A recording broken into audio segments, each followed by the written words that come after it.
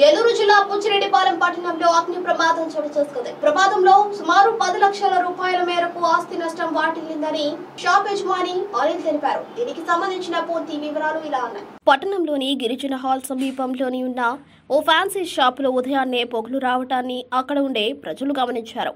వెంటనే షాప్ యజమాని అయిన అనిల్ కు సమాచారం అందించడంతో అతను హుటాహుటిన ఫ్యాన్సీ షాప్ వద్దకు చేరుకున్నాడు. తలుపులు తెరచి చూసేసరికి షార్ట్ సర్క్యూట్ కావడంతో ప్లాస్టిక్ సామాన్లు, పలు ఫ్యాన్సీ ఐటమ్స్ పూర్తిగా అగ్నికి ఆహుతయ్యాయి.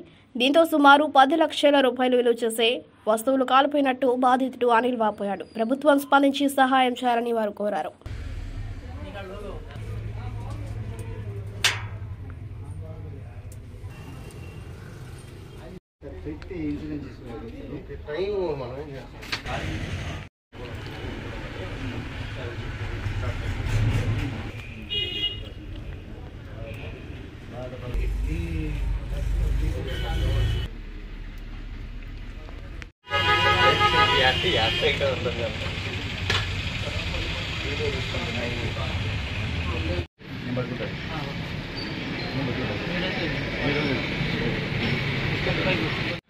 Anil Reddy Bhagasri shopping mall Mamata hospital దగ్గర 10 రూపాయల షాప్ పెట్టుకో ఉన్నాను. 10 ఏళ్ళుగా ఉన్నానండి.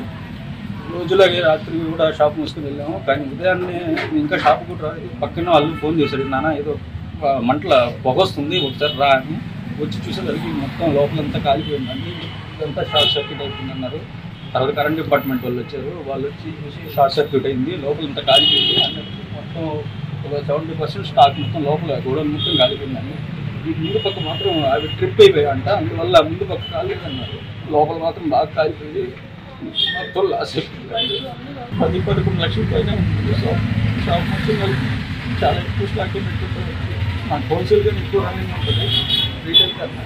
కానీ మొత్తం కూడా కాలిపోయి అప్పట్లో అన్నీ కూడా కాలిపోయాయి. మీరు చూస్తున్నారు. అట్లే మా పరిస్థితి. మా మీద సాయం గవర్నమెంట్ ఆఫీస్